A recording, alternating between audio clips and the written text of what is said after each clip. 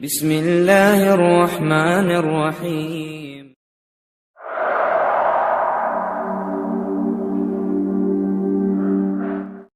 अस्सलामुअलैकुम दोस्तों, मेरा नाम आसिफ खान और आप देख रहे हैं इंडियन मुस्लिम। दोस्तों, इस वीडियो के साथ ही हम भारत में मुस्लिम हुकूमत की सीरीज का आगाज करने जा रहे हैं। भारत में कब मुस्लिम हुकूमत आई, कौन कौन से मुस्लिम हुक्मरान गुजरे थे, कैसे मुसलमानों ने भारत पर 600-700 सालों तक हुकूमत की और कैसे वो हुकूमत खत्म हो गई। पूरा इतिहास आपके सामने रखा जाएगा। आज की ये वीडियो मोहम्मद गजनवी रहमतुल्लाह अलैह पर होगी, जिन्होंने सबसे पहले भारत में मुस्लिम हुकूमत कायम की। हालांकि हिंदुस्तान में 712 ईस्वी में मोहम्मद बिन कासिम ने कदम रख दिया था, मगर असल मुस्लिम हुकूमत महमूद गजनवी से शुरू होती है। इसीलिए यहीं से हम भारत में मुस्लिम हुकूमत का इतिहास शुरू करेंगे। दोस्तों, भारत में इस्लाम नबी करीम सल्लल्लाहु अलैहि वसल्लम के जमाने में ही आ गया था, मगर इस्लामी हुकूमत आज से लगभग 1000 साल पहले महमूद गजनवी रहमतुल्लाह अलैह के जमाने में आई थी। कौन थे महमूद गजनवी? क्यों उन्होंने बार बार भारत पर हमले किए? क्या सच में महमूद गजनवी ने हिंदुओं के सबसे बड़े और सबसे अमीर मंदिर सोमनाथ मंदिर को लूटा था? और क्या उस मंदिर के शिवलिंग को भी तोड़ डाला था?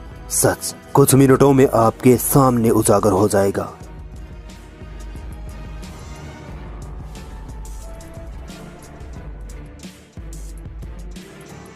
महमूद गजनवी का जन्म 2 नवंबर 971 ईस्वी में अफगानिस्तान के गजनी शहर में हुआ था। इनके पिता सुबुक्तगिन एक तुर्क गुलाम कमांडर थे। सुबुक्तगिन ने अपनी सलाहियतों से 977 ईस्वी में गजनी शहर पर अपनी हुकूमत कायम कर ली और एक अलग सल्तनत गजनवी सल्तनत का ऐलान कर दिया। महमूद गजनवी बचपन से ही बहुत होशियार, दिलेर और बहादुर किस्म के थे। वो हर जंग में अपने पिता सुबुक्तगिन के साथ रहते थे। उनकी बहादुरी के किस्से पूरे गजनी शहर में मशहूर थे। महमूद गजनवी दीनी तालीम में भी महारत रखते थे। एक सच्चे पक्के मुसलमान की तरह ही उन्होंने अपनी जिंदगी बसर की। 997 ईस्वी में सुबुक्तगिन का जब आखिरी वक्त आया, तब सुबुक्तगिन ने अपने दूसरे बेटे इस्माइल को अपना गद्दी नशी बना दिया, जबकि महमूद गजनवी अपने भाई इस्माइल से ज्यादा बहादुर, काबिल और समझदार कमांडर था। गजनवी सल्तनत पर इस्माइल ने कुछ महीनों तक हुकूमत की, मगर उसकी नाअहली देखकर महमूद गजनवी ने जंग का ऐलान कर दिया और इस्माइल से गजनवी सल्तनत छीनकर अपने हाथों में ले ली। दोस्तों, महमूद गजनवी वो पहला हुक्मरान था जिसने सबसे पहले अपने आप को सुल्तान कहा था। इसके बाद ही मुस्लिम हुक्मरानों को सुल्तान कहा जाने लगा। महमूद गजनवी मालो दौलत ऐशो इशरत से परे एक आम मुसलमान की तरह ही दीन इस्लाम का पाबंद था। उसने अपनी जिंदगी इस्लाम के नाम कर दी थी। उसका हर कदम, उसकी हर जंग सिर्फ अल्लाह के लिए होती थी। यही वजह है कि महमूद गजनवी के नाम से दुश्मनान इस्लाम इतना चिढ़ते हैं।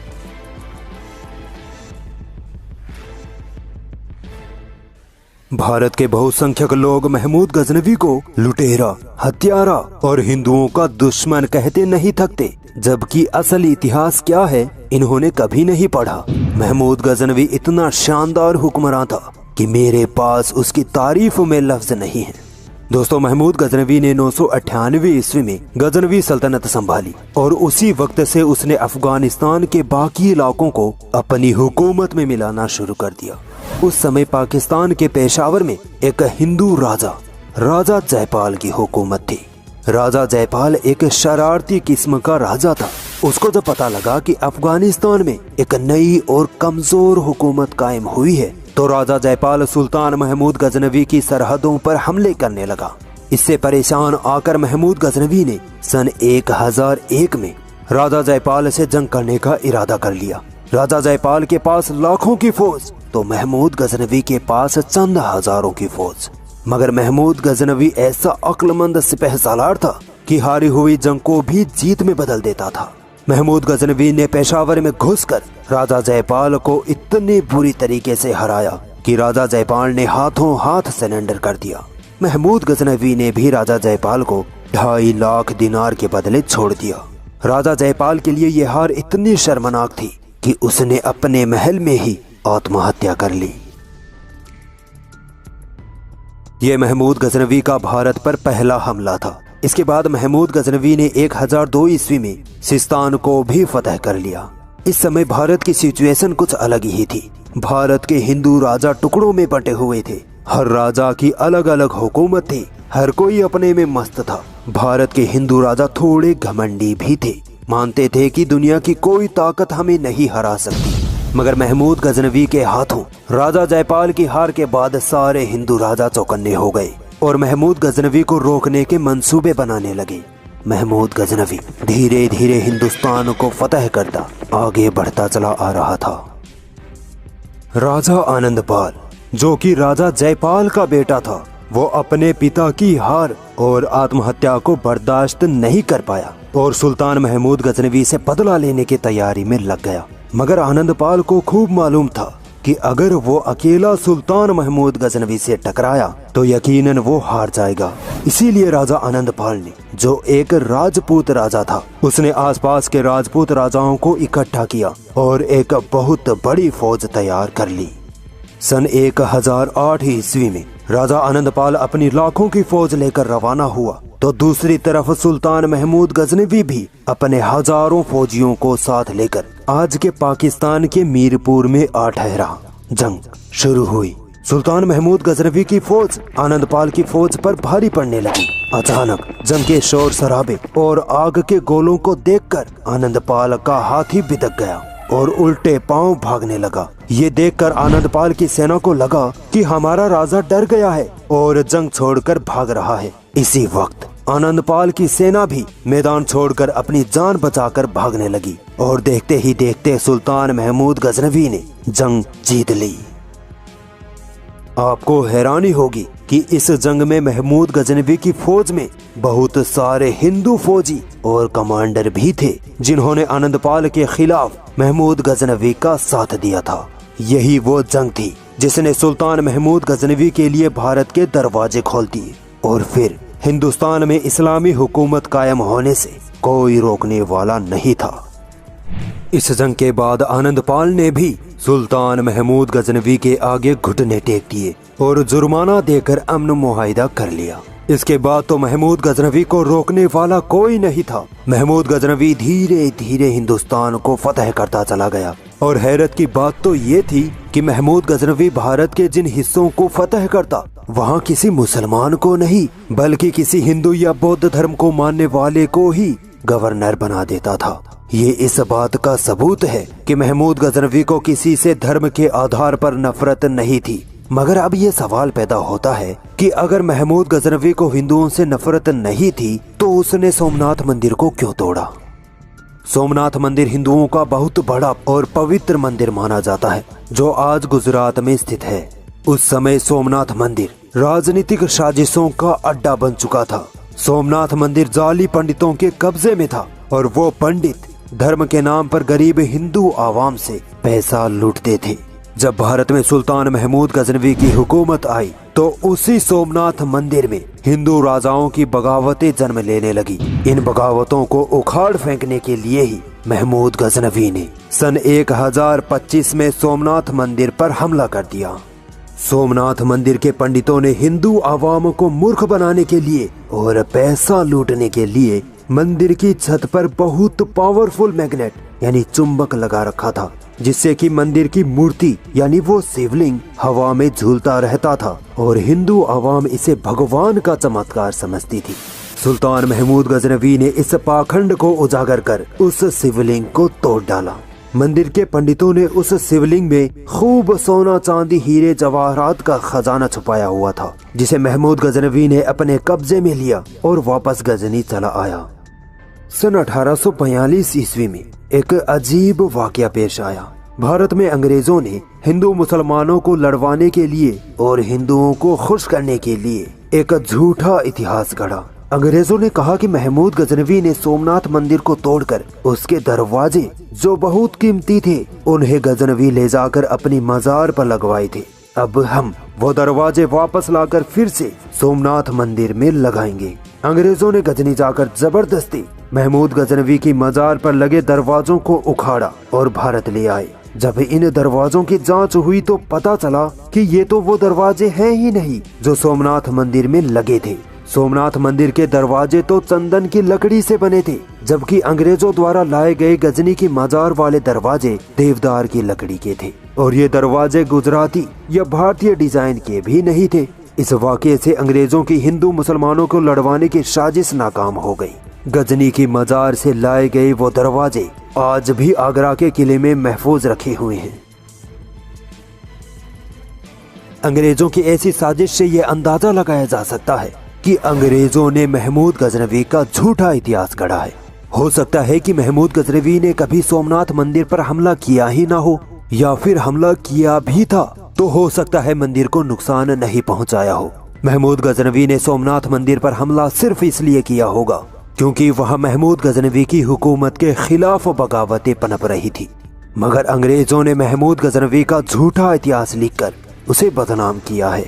मुस्लिम हुक्मरानों को बदनाम करने में सबसे बड़ा हाथ सेक्युलर और लिबरल लोगों का है। इन्हीं लोगों ने अपने अपने हिसाब से मुस्लिम हुक्मरानों को बदनाम किया। इन सेकुलर और लिबरल लोगों को इस्लाम से इतनी नफरत है कि ये लोग चाहते हैं कि मुसलमान अपने मुजाहिदों को, अपने बुजुर्गों को अपना हीरो मानना छोड़ दे।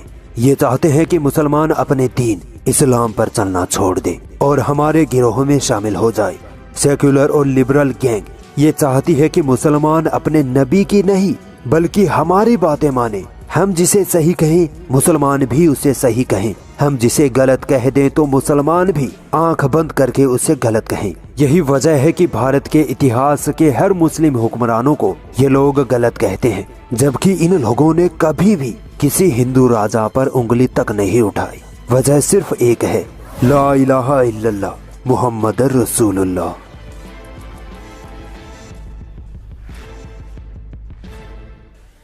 दोस्तों, सन 998 ईस्वी में सुल्तान महमूद गजनवी ने भारत में गजनवी सल्तनत की नींव रखी। महमूद गजनवी की हुकूमत भारत से लेकर अफगानिस्तान, ईरान तक फैली हुई थी। महमूद गजनवी इतना काबिल कमांडर था कि हर जंग में अपने दुश्मन के छक्के छुड़ा देता था। वो एक काबिल, बहादुर और अक्लमंद हुक्मरान था। वो एक इंसाफ पसंद हुक्मरान था। उसी के दरबार से अल-बैरूनी और फिरदौसी जैसी महान मुस्लिम हस्तियां निकली हैं। सन 1030 ईस्वी में महमूद गजनवी मलेरिया की बीमारी में मुब्तला हो गए और इतना बीमार हुए कि इंतकाल कर गए। महमूद गजनवी के बाद उनकी नस्ल के 18 मुस्लिम हुक्मरानों ने भारत में गजनवी सल्तनत को संभाला और 1163 ईस्वी तक हुकूमत की। इसके बाद गौरी सल्तनत ने भारत में कदम रखा, जिसके बानी थे मोहम्मद गौरी। अगले एपिसोड में हम जानेंगे कि कैसे मोहम्मद गौरी ने गजनवी सल्तनत को खत्म करके अपनी नई गौरी सल्तनत कायम की।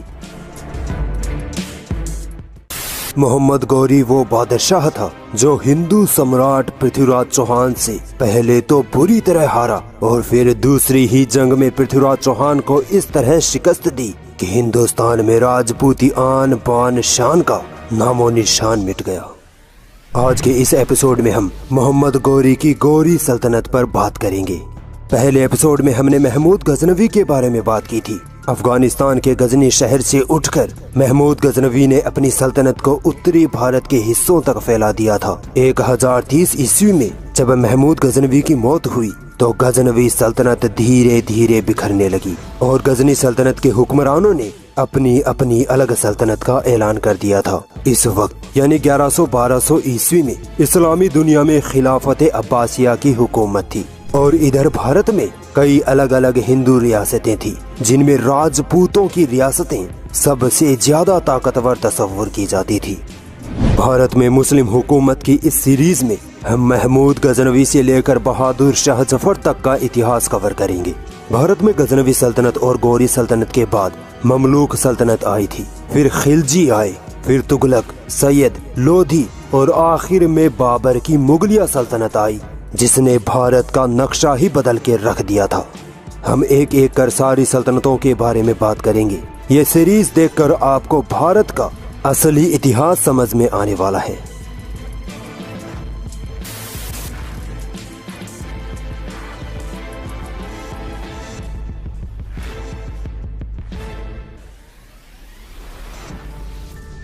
दोस्तों, अफगानिस्तान में गजनी शहर के पास ही एक और शहर था घोर। घोर की हुकूमत गजनवी सल्तनत के अंडर में थी। अफगानिस्तान में इस्लाम आने से पहले यहाँ के लोग बौद्ध धर्म को मानते थे और यही बुद्धिस्ट लोग बाद में मुसलमान बने और घोर शहर में मुस्लिम हुकूमत कायम की। जब गजनवी सल्तनत खत्म होने की कगार पे थी तो घोर की हुकूमत ने भी अपने आप को एक आजाद रियासत होने का ऐलान कर दिया। इस वक्त घोर का बादशाह था बहाउद्दीन शाम। बहाउद्दीन शाम के दो बेटे थे, गयासुद्दीन और मोइजुद्दीन। मोइजुद्दीन जिसका असल नाम था सिहाबुद्दीन मोहम्मद, जिसे आज पूरी दुनिया मोहम्मद गौरी के नाम से याद करती है। यही वो जाबाज शख्स था जिसने इस्लामी हुकूमत को अफगानिस्तान के घोर से लेकर पाकिस्तान, ईरान, इराक और उत्तरी भारत तक फैला दिया था। इसी मोहम्मद गौरी ने भारत की सबसे ताकतवर और घमंडी राजपूती हुकूमत को उखाड़ फेंका था। मोहम्मद गौरी का जन्म 1149 ईस्वी में अफगानिस्तान के घोर शहर में हुआ था। कहा जाता है कि मोहम्मद गौरी बचपन में ही इतना ज़हीन था कि सल्तनत के बड़े बड़े दानिशमंद भी उससे सलाह मशवरा किया करते थे। मोहम्मद गौरी बचपन से ही बहादुर और जबरदस्त कमांडर था। 1163 ईस्वी में गयासुद्दीन गजनी सल्तनत की गद्दी पर बैठा और सुल्तान बन गया, मगर गयासुद्दीन ने अपने छोटे भाई मोइजुद्दीन यानी मोहम्मद गौरी का साथ न छोड़ा और उसे भी अपने साथ सुल्तान बना दिया। इन दोनों भाइयों ने मिलकर फिर ऐसी हुकूमत कायम की कि फिर दुनिया इनके नाम से ही थर थर कांपने लगी थी। इस सल्तनत पर कई लोगों ने कब्जा करने की कोशिशें की, मगर दोनों भाइयों ने मिलकर हर बगावत को कुचल दिया। सिर्फ 10 साल बाद ही यानी 1173 ईस्वी में दोनों भाइयों ने गजनी शहर पर हमला करके उसे फतह कर लिया और गयासुद्दीन ने मोहम्मद गौरी को गजनी का सुल्तान बना दिया। यहाँ से शुरू होता है दुनिया के महान मुस्लिम बादशाह मोहम्मद गौरी का सफर।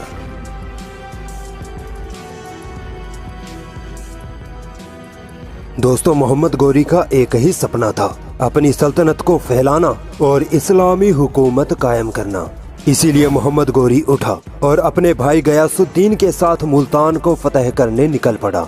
मुल्तान में कर्माटियन जो एक शिया हुकूमत थी, ये हुकूमत खिलाफत अब्बासिया को नहीं मानती थी। इसीलिए 1175 ईस्वी में मोहम्मद गौरी ने मुल्तान को फतह कर लिया और कुछ समय बाद ही उच्च जो पाकिस्तान के पंजाब इलाके में है वहाँ भी अपनी फतह का झंडा गाड़ दिया। धीरे धीरे मोहम्मद गौरी ने अधिकतर पाकिस्तान के इलाकों को फतह कर लिया था, मगर अभी लाहौर बचा हुआ था। लाहौर में गजनवी सल्तनत आखिरी सांसें ले रही थी, मगर सन 1186 ईस्वी में मोहम्मद गौरी ने लाहौर पर इतना जबरदस्त हमला किया कि गजनवी सल्तनत की आखिरी सांसें भी खत्म हो गई। लाहौर के साथ ही गजनवी सल्तनत खत्म हो गई और अब बस गौरी सल्तनत ही चारों तरफ हुकूमत में थी।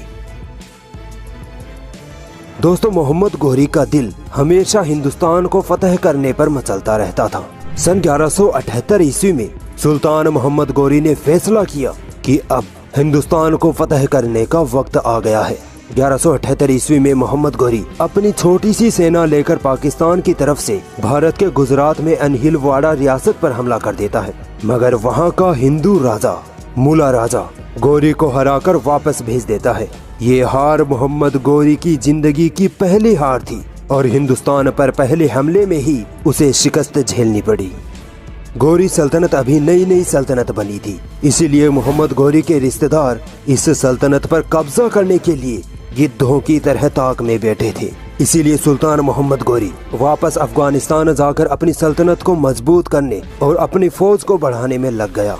वक्त आया 1191 ईस्वी का, जब मोहम्मद गौरी ने हिंदुस्तान में मुस्लिम हुकूमत कायम करने की ठान ली थी और अपनी फौज को लेकर हिंदुस्तान की ओर निकल पड़ा।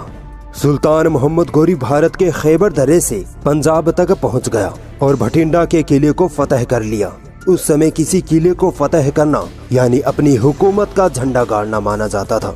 जब यह खबर राजपूत राजा पृथ्वीराज चौहान को मिली तो पृथ्वीराज चौहान को घबराहट हुई कि अगर मोहम्मद गौरी इसी तरह फतह हासिल करता गया तो वो दिन दूर नहीं जब मोहम्मद गौरी राजपूती हुकूमतों को भी रौंद डालेगा। पृथ्वीराज चौहान की हुकूमत राजस्थान, हरियाणा और पंजाब, मध्य प्रदेश के कुछ हिस्सों पर थी। अजमेर पृथ्वीराज की हुकूमत का गढ़ था।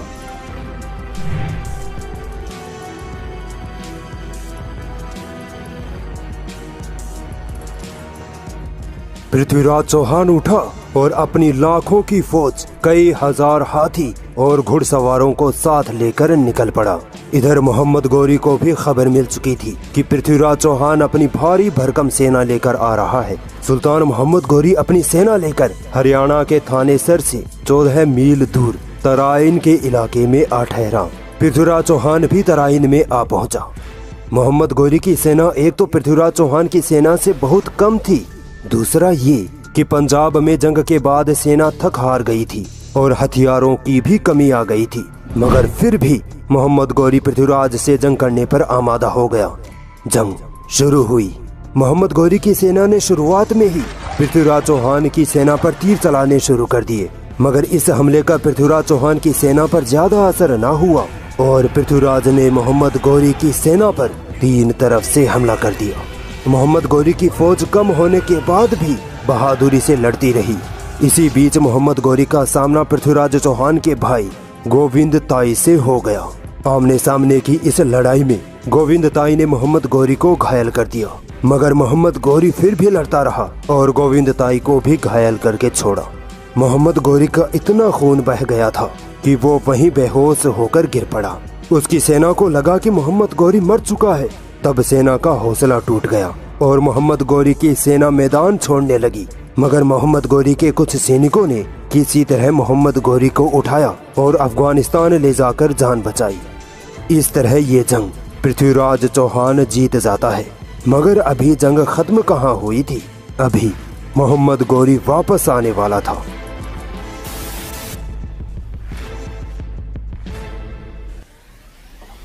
पृथ्वीराज चौहान के हाथों ये हार मोहम्मद गौरी बर्दाश्त न कर पाया और उसने कसम उठाई कि जब तक पृथ्वीराज चौहान से अपनी हार का बदला ना ले लूं, तब तक नरम बिस्तरों को छोड़ जमीन पर सोऊंगा, शाही खाना और कीमती कपड़े नहीं पहनूंगा।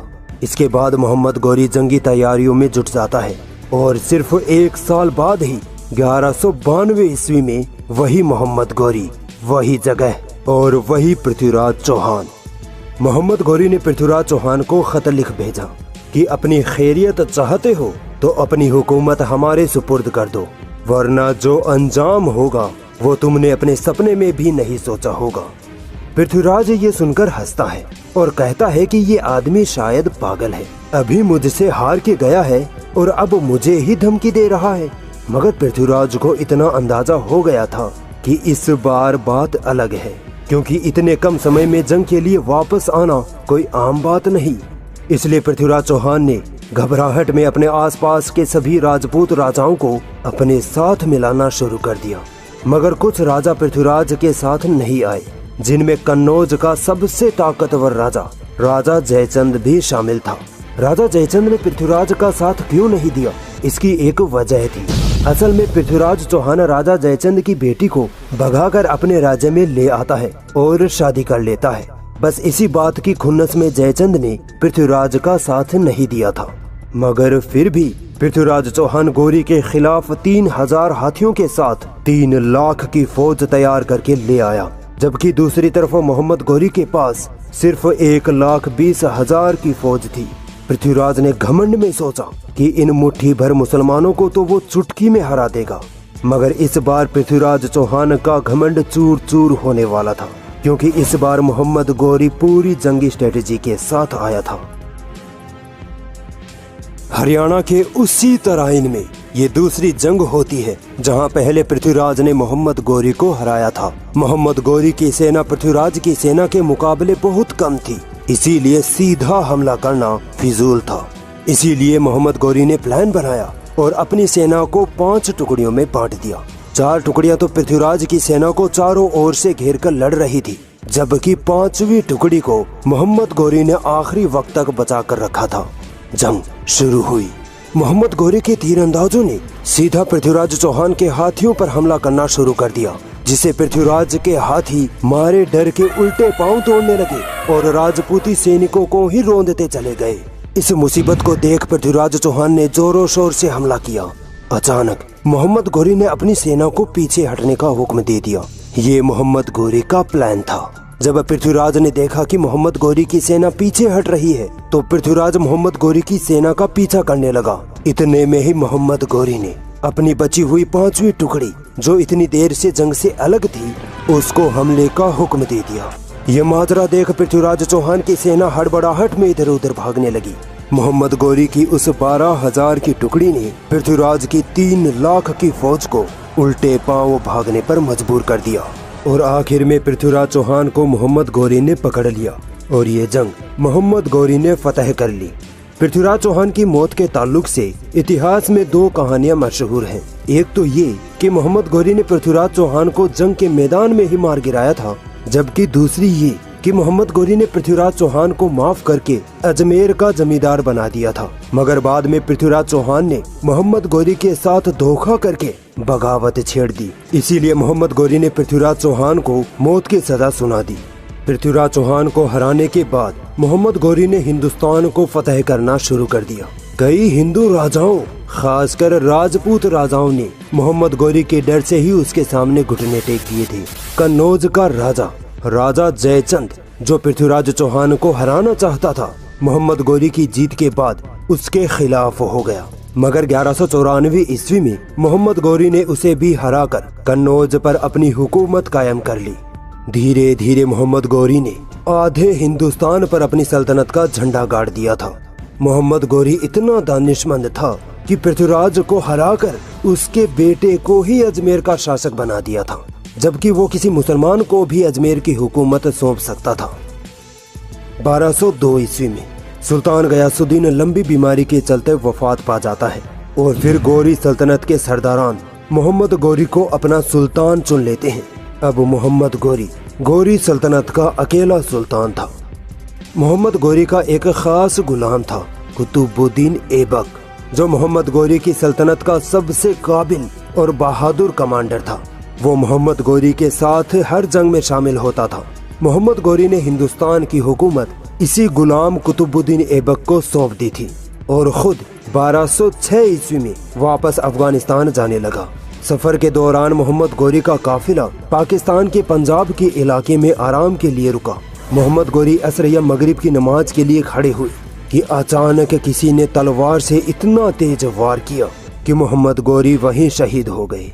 कहा जाता है कि यह हमला खोखर जाति के जाटों या इस्माइली शियाओं द्वारा किया गया था, मगर इस बात के अभी तक पुख्ता सबूत नहीं है। मोहम्मद गौरी की हुकूमत 1202 से 1206 ईस्वी तक ही चली। दोस्तों, मोहम्मद गौरी की कोई औलाद नहीं थी, इसीलिए गौरी सल्तनत के सरदारों ने मोहम्मद गौरी की मौत के वक्त उनसे पूछा कि आपके बाद हम किसे सुल्तान बनाएं? तो मोहम्मद गौरी ने कहा कि दीगर सुल्तानों के तो 1 या 2 बेटे होते हैं, मगर मेरे हजारों बेटे हैं। मेरे गुलाम ही मेरी औलादें हैं। मोहम्मद गौरी की इस बात से अंदाजा लगाया जा सकता है कि मुस्लिम हुकूमतों में गुलामों को भी अपने बराबर बड़े बड़े ओहदे दिए जाते थे, मगर भारत में हिंदुओं द्वारा दलितों के साथ जो होता था वो इंसानियत को शर्मसार कर देता था। मोहम्मद गौरी के इन जुमलों के बाद गौरी सल्तनत उनके गुलामों में तकसीम हो गई और हिंदुस्तान की हुकूमत आई कुतुबुद्दीन ऐबक के हिस्से में। अगले एपिसोड में हम मोहम्मद गौरी के इसी गुलाम कमांडर कुतुबुद्दीन ऐबक के बारे में बात करेंगे, जिसने हिंदुस्तान में ममलूक या गुलाम सल्तनत की नींव रखी थी। 1206 में जब मोहम्मद गौरी की हत्या कर दी जाती है तो गौरी सल्तनत मोहम्मद गौरी के 3 अहम गुलामों ताजुद्दीन यिल्दिज, नसीरुद्दीन कबाचा और कुतुबुद्दीन ऐबक में बंट जाती है। ताजुद्दीन यिल्दिज के हिस्से में गजनी का इलाका आता है, कबाचा को पाकिस्तान का मुल्तान इलाका मिलता है, जबकि कुतुबुद्दीन ऐबक को उत्तरी भारत के कई इलाके मिल जाते हैं। इन तीनों के अलावा मोहम्मद गौरी का एक और सिपह सलार था, बख्तियार खिलजी। ये गुलाम नहीं था। बख्तियार खिलजी ने बंगाल और बिहार को फतह किया और वहीं अपनी अलग हुकूमत कायम कर ली। हम हिंदुस्तान में मुस्लिम हुकूमत को देख रहे हैं, इसीलिए हम ताजुद्दीन यिल्दिज और नसीरुद्दीन कबाचा की बात न करके सिर्फ कुतुबुद्दीन ऐबक की बात करेंगे।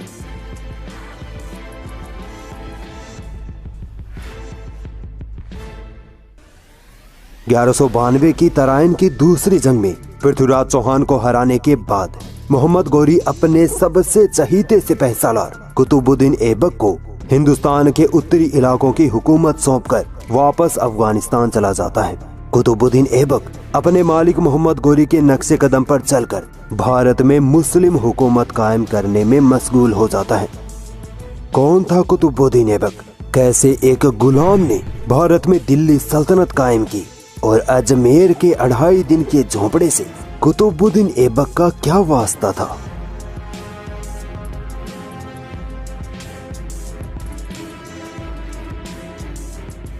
दोस्तों, कुतुबुद्दीन ऐबक का जन्म 1150 ईस्वी में तुर्किस्तान इलाके में हुआ था। ये तुर्क कबीले से था। बचपन में ही कुछ ऐसा होता है कि कुतुबुद्दीन ऐबक अपने परिवार से अलग हो जाता है और गुलाम बनाकर बेच दिया जाता है। ईरान के बाजार में एक काजी कुतुबुद्दीन ऐबक को खरीद लेते हैं और उसको तीरंदाजी और घुड़सवारी सिखाते हैं। कुछ ही वक्त बाद कुतुबुद्दीन ऐबक इतना जबरदस्त तीरंदाज, घुड़सवार और बहादुर जाबाज बनकर उभरता है कि काजी के बेटे उसको गजनी लाकर मोहम्मद गोरी को बेच देते हैं। मोहम्मद गोरी कुतुबुद्दीन ऐबक की सलाहियतों को देखकर उसे अपना करीब तरीन गुलाम बना लेता है। आप कुतुबुद्दीन ऐबक की कहानी सुनते जाइए कि कैसे एक गुलाम कहां से कहां तक पहुंचता चला जाता है। मोहम्मद गोरी ने कुतुबुद्दीन ऐबक की ईमानदारी और वफादारी को देखकर उसे शाही अस्तबल का अधिकारी बना दिया, जिसे अमीर आखुर के नाम से जाना जाता था। कई सालों तक कुतुबुद्दीन ऐबक घोड़ों के अस्तबल को संभालता रहा और एक सिपहसालार की हैसियत से भी वह हर जंग में मोहम्मद गोरी के साथ रहता। एक बार मोहम्मद गोरी अपने गुलामों को इनाम बांट रहा था तो कुतुबुद्दीन ऐबक के हिस्से में जो इनाम आया उसे उसने अपने गरीब गुलाम साथियों में बांट लिया। सुल्तान मोहम्मद गोरी ने जब ये माजरा देखा तो कुतुबुद्दीन ऐबक की दरियादिली से खुश होकर उसे गुलामों का भी सरदार बना दिया। 1192 की तराइन की दूसरी जंग के बाद मोहम्मद गोरी ने कुतुबुद्दीन ऐबक को राजपूतों से जीते गए इलाकों का गवर्नर बना दिया। कुतुबुद्दीन ऐबक ने दिल्ली को अपना गढ़ बनाया और मेरठ व बारा को फतह कर लिया। एक बार सन 1194 में कुतुबुद्दीन ऐबक मोहम्मद गोरी के बुलावे पर गजनी चला जाता है। ऐबक की गैर मौजूदगी में भारत में पृथ्वीराज चौहान का भाई हरि राजा ऐबक के जीते हुए कुछ राजपूती इलाकों पर कब्जा कर लेता है। मगर जब कुतुबुद्दीन ऐबक वापस हिंदुस्तान लौटता है तो हरि राजा के खिलाफ ऐसी जंग करता है कि हरि राजा बुरी तरह शिकस्त खाता है और अपनी हार को बर्दाश्त न करते हुए हरि राजा आत्महत्या कर लेता है। ये थे राजपूती राजा जो हारते ही बुज़दिलों की तरह आत्महत्या कर लेते थे। असल में राजपूत राजाओं की शानो शौकत झूठ मूठ की शानो शौकत है। राजपूती राजाओं को जब तक कोई असली मर्द मुजाहिद ना मिला था तब तक ये बहादुर थे, मगर जैसे ही मोहम्मद गोरी जैसा मर्द मुजाहिद मिला तो ये कभी खड़े ना हो पाए। हार जाते तो आत्महत्या कर लेते, अपनी औरतों को भी आग में कूदकर आत्महत्या करने पर मजबूर करते। मुगलों से लड़ना ना पड़े इसलिए अपनी औरतों की शादियां मुगलों से करा देते। सच कहूं तो राजपूती राजाओं की बहादुरियां सिर्फ किस्से कहानियों और फिल्मों में मिलती है, असल इतिहास में नहीं। खैर, कुतुबुद्दीन ऐबक भारत में अपनी जीत का सिलसिला जारी रखता है और भारत के शक्तिशाली हिंदू साम्राज्यों चहमांस, गढ़वाल्स, चालुक्याज और चंदेलों को अकेले ही शिकस्त देता चला जाता है और अपनी सल्तनत का दायरा बढ़ाता चला जाता है। सन 1197 ईस्वी में कुतुबुद्दीन ऐबक ने माउंट आबू में चालुक्य सेना को हरा दिया। इस सेना का राजा था भीम द्वितीय। ये वही भीम द्वितीय था जिसने 1178 में अनहिलवाड़ा में कसारदा की जंग में मोहम्मद गोरी की छोटी सी सेना को हराकर अपने आप को भारत का सम्राट समझ लिया था। ठीक 20 साल बाद 1197 ईस्वी में कुतुबुद्दीन ऐबक ने भीम द्वितीय को हराकर मोहम्मद गोरी की हार का बदला लिया। राजा भीम द्वितीय कुतुबुद्दीन ऐबक का सामना नहीं कर पाया और डरकर शहर छोड़कर भाग गया। ये भी राजपूती राजा था। 1197-98 में कुतुबुद्दीन ऐबक ने उत्तर प्रदेश के बदायूं को फतह किया और गढ़वालों की राजधानी वाराणसी पर भी फतह हासिल की। 1198-99 में चंदावर और कन्नौज पर भी अपना अधिकार जमा लिया। 1206 में जब मोहम्मद गोरी की मौत हुई तब तक कुतुबुद्दीन ऐबक भारत में मोहम्मद गोरी के सिपहसालार यानी सेनापति की हैसियत से हुक्मरानी कर रहा था। मगर मोहम्मद गोरी की मौत के बाद भी कुतुबुद्दीन ऐबक ने अपने आप को सुल्तान ना कहकर मोहम्मद गोरी का गुलाम ही कहा और कहा कि मैं सुल्तान मोहम्मद गोरी का सिपहसालार हूँ, ना कि कोई सुल्तान। जरा इस वफादारी का अंदाजा लगाइए। कुतुबुद्दीन ऐबक ने अपनी अलग रियासत कायम कर ली थी, मगर फिर भी मोहम्मद गोरी के मरने के बाद उसने मोहम्मद गोरी की जगह लेने की कोशिश नहीं की। 1206 में कुतुबुद्दीन ऐबक को मलिक यानी राजा कहा जाने लगा। भले ही वो हुक्मरान था, मगर कागजी तौर पर वह एक गुलाम था और गुलाम होते हुए वह वो सारे काम नहीं कर पाता था जो एक सुल्तान कर सकता था। इसलिए अब उसे इस गुलामी से आजाद होने की जरूरत महसूस हुई।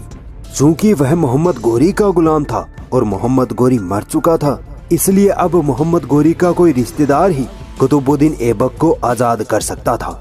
अतः 1208-9 में मोहम्मद गोरी के भतीजे गयासुद्दीन मोहम्मद ने कुतुबुद्दीन ऐबक को गुलामी की जंजीरों से आजाद कर दिया और अब कुतुबुद्दीन ऐबक एक आजाद हुक्मरान बना और अपने आप को सुल्तान कहा जाता है कि कुतुबुद्दीन ऐबक ने कभी भी ना तो अपने नाम का खुतबा पढ़वाया और ना ही अपने नाम के सिक्के चलवाए।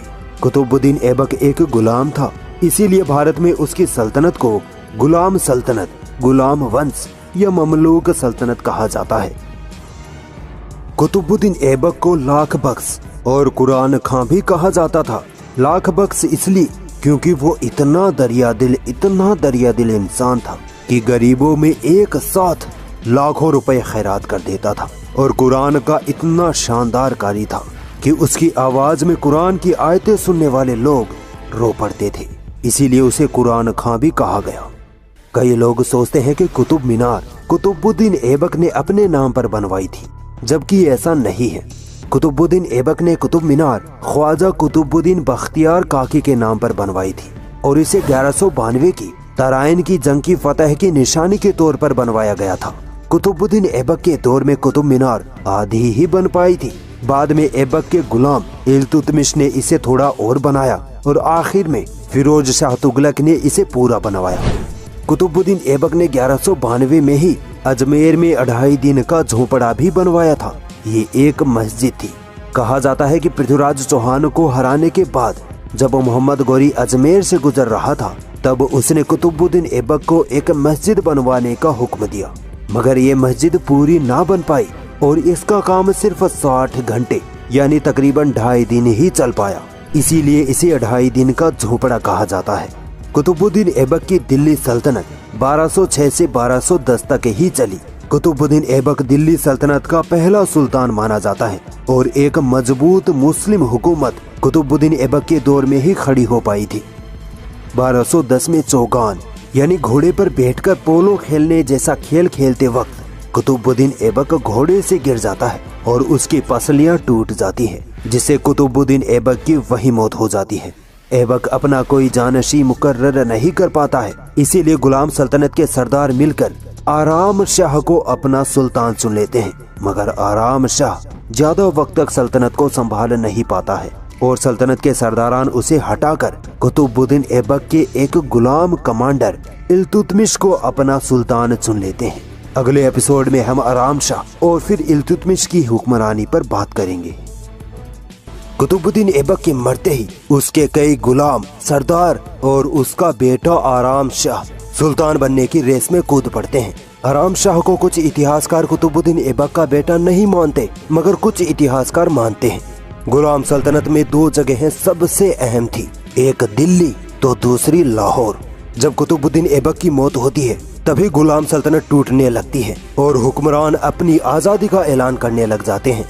लाहौर के सरदार इस मुसीबत को देख जल्दी आराम शाह को सुल्तान बना देते हैं, मगर ये फैसला दिल्ली के सरदारों को पसंद नहीं आता, क्योंकि आराम शाह अपने नाम के मुताबिक आराम फरोश यानी सुल्तान बनने के लायक नहीं था। इसीलिए दिल्ली के सरदारों ने कुतुबुद्दीन ऐबक के गुलाम इल्तुतमिश को दिल्ली बुलाया और सुल्तान बना दिया। अब ये और बड़ी मुसीबत पैदा हो गई। सल्तनत एक और सुल्तान 2। अब एक मियान में 2 तलवारें तो नहीं रह सकती, इसीलिए आराम शाह और इल्तुतमिश के बीच जंग होती है और इस जंग में इल्तुतमिश जीतता है और आराम शाह मारा जाता है। अब गुलाम सल्तनत इल्तुतमिश के हाथों में थी। मगर जितनी मुसीबतें, जितनी बगावतें इल्तुतमिश के हिस्से में आई थी, उतनी भारत के किसी सुल्तान के हिस्से में नहीं आई थी। एक तरफ ताजुद्दीन यिल्दिज और नसीरुद्दीन कबाचा इल्तुतमिश की सल्तनत को हथियाने की तैयारी में थे, तो दूसरी तरफ जलालुद्दीन मंगबर्नी के हमले का डर था। उधर मंगोल भारत पर हमले की तैयारियों में जुटे थे, तो बंगाल बिहार की बगावत इल्तुतमिश की परेशानियां बढ़ा रही थी और भारत के हिंदू राजाओं के हमले तो अलग से हो रहे थे। कैसे शमसुद्दीन इल्तुतमिश इन सारी समस्याओं से अकेला ही निपटता है और कैसे भारत पर 25 सालों तक उसकी हुकूमत कायम रहती है।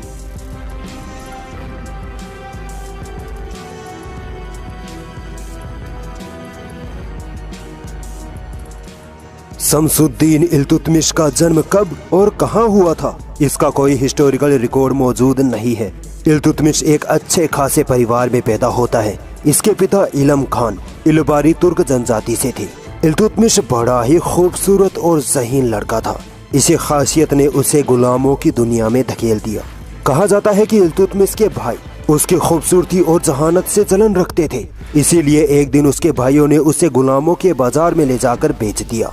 ये कहानी हूबहू यूसुफ अलैहिस्सलाम के वाक़ये से मिलती है, जिसमें यूसुफ अलैहिस्सलाम के भाइयों ने भी यूसुफ अलैहिस्सलाम से बुग़्ज़ के चक्कर में उनको गुलाम बनाकर बेच दिया था। इसके बाद तो इल्तुतमिश कई आकाओं का गुलाम बनता है, कभी कहाँ बिकता है तो कभी कहाँ खरीदा जाता है। आखिर में जलालुद्दीन मोहम्मद नामी व्यापारी, इस नाम से कंफ्यूज मत होना, जलालुद्दीन मोहम्मद एक व्यापारी था, जबकि जलालुद्दीन मंगबर्नी ईरान का बादशाह था। तो जलालुद्दीन मोहम्मद नामी व्यापारी इल्तुतमिश को खरीद कर गजनी ले आता है। पूरे गजनी शहर में इल्तुतमिश की खूबसूरती और जहानत के चर्चे होने लगते हैं। जब ये खबर मोहम्मद गोरी को मिलती है तो मोहम्मद गोरी फौरन इल्तुतमिश को खरीदने आ जाता है। मोहम्मद गोरी जलालुद्दीन मोहम्मद को इल्तुतमिश के बदले 1000 सोने के सिक्कों की पेशकश करता है, मगर जलालुद्दीन मोहम्मद इल्तुतमिश को बेचने से इनकार कर देता है। इसी बात पर मोहम्मद गोरी इतना गुस्सा होता है कि ऐलान कर देता है कि अगर गजनी में किसी ने भी इस गुलाम को खरीदा तो वो अपनी जान गंवा बैठेगा। जलालुद्दीन मोहम्मद इल्तुतमिश को लेकर बुखारा चला जाता है और 3 साल बाद वापस लौट कर आता है। इस वक्त कुतुबुद्दीन ऐबक की नजर इल्तुतमिश पर पड़ जाती है। इतना खूबसूरत और ज़हीन गुलाम देखकर उससे रहा नहीं जाता है और कुतुबुद्दीन ऐबक फौरन मोहम्मद गोरी से गुलाम इल्तुतमिश को खरीदने की परमिशन मांगता है। मोहम्मद गोरी कहता है कि तुम इसे गजनी में तो खरीद नहीं सकते, ऐसा करो इसे दिल्ली ले जाओ और वहीं खरीद लो। कुतुबुद्दीन ऐबक इल्तुतमिश को दिल्ली ले जाकर 1 लाख चांदी के सिक्कों के बदले खरीद लेता है। कुतुबुद्दीन ऐबक इल्तुतमिश की जहानत देखकर पहले ही समझ जाता है कि ये गुलाम आगे चलकर बहुत बड़ी सल्तनत कायम करने वाला है। कुतुबुद्दीन ऐबक की परवरिश में इल्तुतमिश एक ज़हीन और निडर हुक्मरान बनकर उभरता है। कुतुबुद्दीन ऐबक उसे बदायूं का सूबेदार बना देता है। सूबेदार मतलब मुख्यमंत्री। बदायूं उस वक्त दिल्ली सल्तनत का सबसे खास इलाका माना जाता था। दोस्तों, इल्तुतमिश की बहादुरी का अंदाजा आप इससे लगा सकते हैं कि सन 1205-6 में मोहम्मद गोरी खोखर बगावतियों के खिलाफ जंग करता है, जिसमें कुतुबुद्दीन ऐबक और इल्तुतमिश भी अपनी सेना के साथ शामिल होते हैं। इस जंग में इल्तुतमिश अपनी बदायूं टुकड़ी के साथ खोखर सैनिकों पर इतना जबरदस्त हमला करता है कि इल्तुतमिश खोखर सैनिकों को काट काट कर झेलम नदी में फेंकता चला जाता है। इल्तुतमिश की इस बहादुरी को देख मोहम्मद गोरी इतना खुश होता है कि उसे शाही लिबास से सम्मानित करता है और कुतुबुद्दीन ऐबक से कहता है कि इस गुलाम का खास ख्याल रखना। जैसा कि दोस्तों मैंने शुरुआत में बताया था कि कुतुबुद्दीन ऐबक की मौत के बाद आराम शाह और इल्तुतमिश के बीच सुल्तान बनने की जंग होती है। इल्तुतमिश जीतता है और 1211 ईस्वी में ममलूक सल्तनत का सुल्तान बन जाता है। सुल्तान बनते ही इल्तुतमिश अपनी बिखरी हुई सल्तनत को संभालने की कोशिश करता है। इतने में गजनी का सुल्तान ताजुद्दीन यिल्दिज इल्तुतमिश को पैगाम भेजता है कि तुम अब से हमारे अंडर में हुकूमत करोगे, वरना जंग के लिए तैयार रहना। इल्तुतमिश अभी नया नया सुल्तान बना था, पहले ही उसके सामने दुनिया भर की मुसीबतें थी। इसीलिए इल्तुतमिश ने जंग रोकने के लिए और दिखावे के लिए ताजुद्दीन यिल्दिज की पेशकश मान ली। चलिए मैं आपके सामने थोड़ा नक्शा क्लियर कर देता हूँ ताकि आगे की वीडियो समझने में आसानी हो। मोहम्मद गौरी की मौत के बाद उसकी सल्तनत उसके 3 गुलामों में बंट जाती है। गजनी का इलाका ताजुद्दीन यिल्दिज के हिस्से में आता है। मुल्तान व सिंध पर नसीरुद्दीन कबाचा हुकूमत करता है और उत्तरी भारत पर कुतुबुद्दीन ऐबक अपनी सल्तनत बना लेता है। कुतुबुद्दीन ऐबक की मौत के बाद उसकी सल्तनत इल्तुतमिश के हाथों में आ जाती है।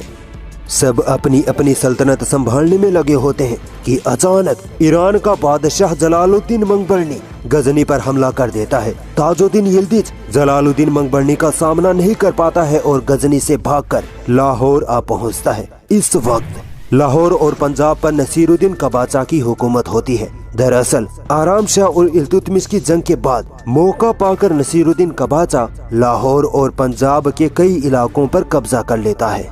ताजुद्दीन यिल्दिज अपनी सेना के साथ गजनी से भागकर लाहौर पहुंचता है और नसीरुद्दीन कबाचा से लाहौर और पंजाब के कुछ इलाके छीन लेता है। ताजुद्दीन यिल्दिज अपनी पावर बढ़ाता हुआ भारत की तरफ दिल्ली सल्तनत पर कब्जा करने के इरादे से आगे बढ़ता है और हरियाणा के थानेश्वर तक आ पहुंचता है। इस मुसीबत को देख इल्तुतमिश सोचता है कि कहीं ताजुद्दीन यिल्दिज दिल्ली पर भी हमला ना कर दे।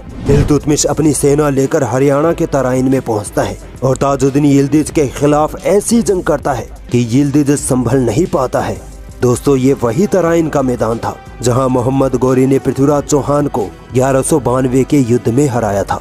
इल्तुतमिश ताजुद्दीन यिल्दिज को पकड़कर बदायूं लाता है और मौत के घाट उतार देता है। इस तरह इल्तुतमिश अपने एक ताकतवर दुश्मन को किनारे लगाने में कामयाब रहता है। तराइन की ये जंग 1215-16 ईस्वी में हुई थी। इस जंग के बाद इल्तुतमिश दिल्ली लौट आता है और पीछे से नसीरुद्दीन कबाचा मौका पाकर फिर से लाहौर और पंजाब पर कब्जा कर लेता है। लाहौर पर कब्जा करने के बाद कुबाचा की हिम्मत इतनी बढ़ जाती है कि वो सोचने लगता है कि अब तो मैं दिल्ली सल्तनत को भी फतह कर सकता हूँ और फिर कुबाचा पंजाब की तरफ से भारत में घुसने लगता है। मगर सामने इल्तुतमिश मिल जाता है। इल्तुतमिश कुबाचा को मार पीट कर वापस मुल्तान भगा देता है। इस जंग से कुबाचा इल्तुतमिश से इतना डर जाता है और उसको इतना नुकसान होता है कि वो इल्तुतमिश के साथ अमन मुआहिदा कर लेता है और चुपचाप बैठ जाता है। क्या होता है जब मंगोल जलालुद्दीन मंगबरनी पर हमला कर देते हैं? फिर कैसे इल्तुतमिश भारत को मंगोलों के हमलों से बचाता है? कैसे इल्तुतमिश भारत के हिंदू राजाओं की बगावतों से निपटता है? क्या होता है जब नसीरुद्दीन कबाचा वापस लौट कर आता है? इल्तुतमिश ने भारत को क्या दिया और क्या था उसकी मौत का राज? ये सब हम हिंदुस्तान में मुस्लिम हुकूमत के अगले एपिसोड में देखेंगे।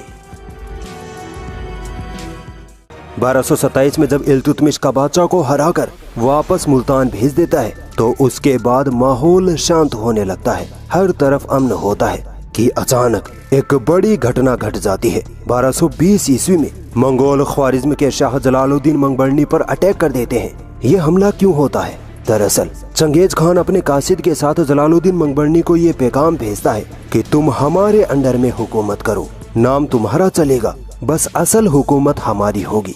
ये बात जलालुद्दीन मंगबरनी को लग जाती है और वो चंगेज खान के कासिद की गर्दन काटकर वापस चंगेज खान को भेज देता है। ये काम करके जलालुद्दीन मंगबरनी ने मानो अपनी बर्बादी को दावत दे दी थी। चंगेज खान अपने खूंखार सेना लेकर जलालुद्दीन के साम्राज्य पर हमला कर देता है, पूरा शहर जला के राख कर देता है।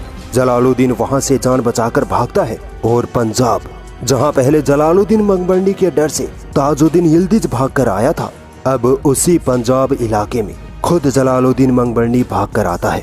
इस वक्त पंजाब के कुछ इलाकों पर खोखरों की हुकूमत थी।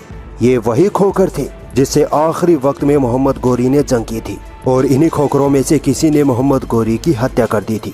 जलालुद्दीन मंगबरनी किसी तरह इन खोखरों से साठगांठ करने में कामयाब होता है और कुबाचा से लाहौर और पंजाब के कुछ और इलाके छीन लेता है। मंगोल जलालुद्दीन मंगबरनी को भूखे भेड़ियों की तरह तलाश कर रहे थे। मंगबरनी जानता था कि खोखरों की सेना से मंगोलों से नहीं निपटा जा सकता और ना ही मुल्तान के राजा कुबाचा में इतनी हिम्मत है कि वो मंगोलों से जंग कर ले। बस मंगबरनी की आंखें इल्तुतमिश की ओर घूमी और उसने इल्तुतमिश को पैगाम लिख भेजा कि मेरी मदद करो, हम दोनों मिलकर मंगोलों को हरा देंगे और मुझे दिल्ली सल्तनत में रहने के लिए कोई इलाका दे दो। इल्तुतमिश को मंगबरनी का ये पैगाम मिला ही था कि अचानक उधर से चंगेज खान का भी पैगाम आ जाता है कि अगर तुमने मंगबरनी की मदद की या उसे रहने के लिए जगह दी तो अंजाम भयानक होगा। इल्तुतमिश फंस जाता है। एक तरफ मंगोल तो दूसरी तरफ जलालुद्दीन मंगबरनी। इल्तुतमिश अक्लमंद हुक्मरान था। उसे पता था कि अगर मंगोलों ने दिल्ली सल्तनत पर हमला कर दिया तो वो यहाँ के शहर उजाड़ देगा, मासूम लोगों को जिंदा जला देगा। इस मुसीबत से बचने के लिए इल्तुतमिश ने जलालुद्दीन मंगबरनी को मदद करने से इनकार कर दिया और अपनी सूझबूझ से भारत को मंगोलों के हमले से बचा लिया। चंगेज खान को जब ये पता चलता है कि जलालुद्दीन मंगबरनी मुल्तान और पंजाब के इलाकों में छुपा है तो चंगेज खान की सेना मुल्तान पर हमला कर देती है और लूट मार करके वापस चली जाती है। यहाँ बेचारे कुबाचा का बैठे बिठाई ही नुकसान हो जाता है और उसकी स्थिति डामाडोल हो जाती है। जब माहौल ठंडा होता है तो जलालुद्दीन मंगबरनी 1228 ईस्वी में पंजाब में अपने सेनापति सैफुद्दीन को हुकूमत सौंपकर वापस ख्वारिज़्म चला जाता है। इल्तुतमिश जब इन सब मुसीबतों को निपटाकर थोड़ी चैन की सांसें लेने की कोशिश करता है तो इतने में बंगाल में खिलजियों द्वारा बगावत खड़ी कर दी जाती है। दरअसल मोहम्मद गोरी के दौर में उसका एक सिपह सालार बख्तियार खिलजी बंगाल और बिहार को फतह करता है। बाद में जब बख्तियार खिलजी की मृत्यु हो जाती है तो कुतुबुद्दीन ऐबक अली मर्दान नामी सिपह सालार को बंगाल का सूबेदार बना देता है। कुतुबुद्दीन ऐबक की मौत होते ही अली मर्दान अपने आप को आजाद घोषित कर देता है, मगर बख्तियार खिलजी के चाहने वाले सरदार अली मर्दान का कत्ल कर देते हैं, क्योंकि ये कहा जाता है कि अली मर्दान ने ही बख्तियार खिलजी की हत्या करवाई थी। फिर वे सरदार अपने एक आदमी हिसामुद्दीन इवाज को बंगाल का राजा बना देते हैं। इस वक्त इल्तुतमिश ताजुद्दीन यिल्दिज, कुबाचा, खोखरों और मंगोलों से अकेले ही लड़ रहा था। बंगाल की समस्या बढ़ती ही जा रही थी। हिसामुद्दीन इवाज धीरे धीरे दिल्ली सल्तनत के इलाकों को कब्जाने लगता है। हिसामुद्दीन इवाज को सबक सिखाने के लिए इल्तुतमिश सेना लेकर बंगाल की तरफ रवाना होता है, मगर हिसामुद्दीन इवाज बिना जंग के ही हार मान लेता है और सालाना खिराज पर इल्तुतमिश के अधीन होने का वादा करता है। मगर जैसे ही इल्तुतमिश वापस दिल्ली लौटता है तो हिसामुद्दीन इवाज अपना रंग बदल लेता है और वापस अलग रियासत का ऐलान कर देता है। इस बार 1227 ईस्वी में इल्तुतमिश अपने सबसे बड़े बेटे नासिरुद्दीन महमूद को बंगाल भेजता है। नासिरुद्दीन महमूद हिसामुद्दीन को हराकर बंगाल मुसीबत का किस्सा ही खत्म कर देता है। इस तरह नासिरुद्दीन महमूद बंगाल के बिगड़े हुए हालात को सुलझा लेता है। इल्तुतमिश इस जीत से खुश होकर अपने बेटे नासिरुद्दीन महमूद को बंगाल व बिहार का सूबेदार बना देता है।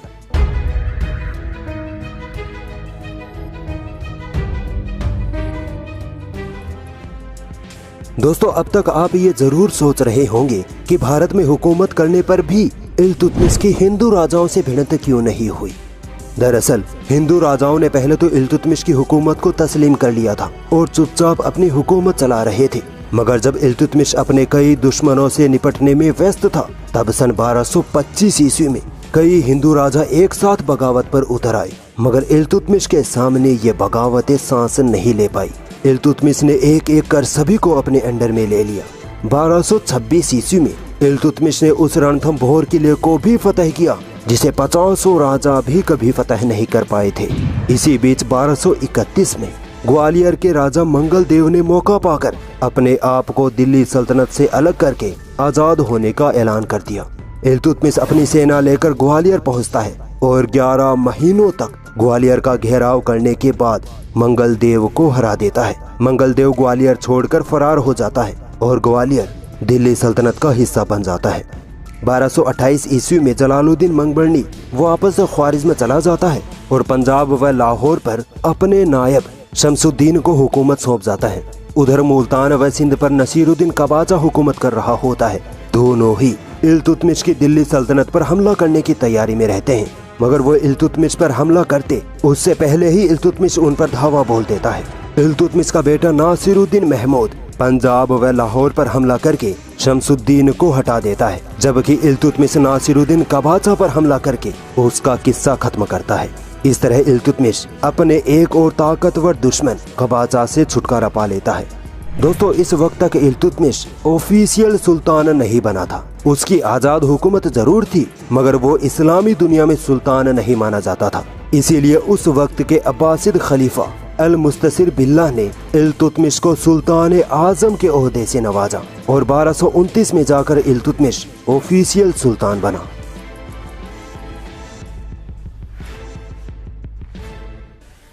1229 में अचानक बीमारी की वजह से इल्तुतमिश के सबसे बड़े बेटे नासिरुद्दीन महमूद की मौत हो जाती है।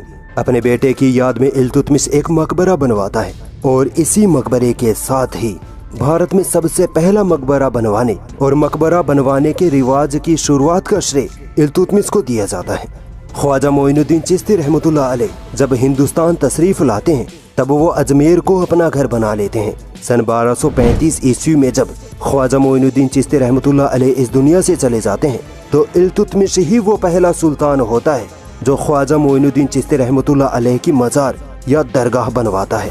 इसके ठीक 1 साल बाद ही इल्तुतमिश लंबी बीमारी के चलते इंतकाल कर जाता है। इल्तुतमिश की मौत के बाद दिल्ली सल्तनत में उठापटक शुरू हो जाती है।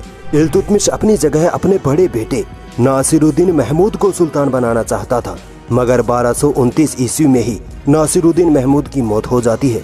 इल्तुतमिश की मौत के बाद उसके 4 बेटे बारी बारी सुल्तान बनते हैं, मगर महल के साजिशी सरदार सबको बारी बारी मौत के घाट उतारते जाते हैं। और फिर 1236 के आखिर में कुछ ऐसा होता है जो दुनिया के इतिहास में पहले कभी नहीं हुआ था। एक औरत दिल्ली सल्तनत की गद्दी पर बैठती है। वो औरत थी रजिया सुल्तान। कौन थी रजिया? कैसे उसने दिल्ली सल्तनत पर कब्जा किया? क्या था उसके नाजायज संबंधों का राज? क्यों और किसने रजिया को मौत के घाट उतार दिया था? क्यों रजिया ने बेपर्दगी को आम किया था? सब जानेंगे हिंदुस्तान में मुस्लिम हुकूमत के अगले एपिसोड में। 1236 ईस्वी में जब इल्तुतमिश की मौत हो जाती है तो उसके बाद दिल्ली सल्तनत एक ऐतिहासिक मोड़ पर आ खड़ी होती है। दिल्ली सल्तनत पर एक औरत रजियातुद्दुनिया व उद्दीन, जिसे हम रजिया सुल्तान के नाम से जानते हैं, वो हुकूमत करती है। क्या थी रजिया सुल्तान की कहानी? क्या सच में उसने अपने काले गुलाम याकूत से नाजायज संबंध बनाए थे? और फिर क्यों रजिया ने अपने ही दुश्मन अल्तुनिया से शादी कर ली थी? सब जानेंगे, बस गौर से आखिर तक ये वीडियो देखते रहिए। दोस्तों, आप वीडियो लाइक नहीं करते, लाइक किया कीजिए। आप ही के लिए इतनी मेहनत करके ये वीडियोस बनाई जाती हैं।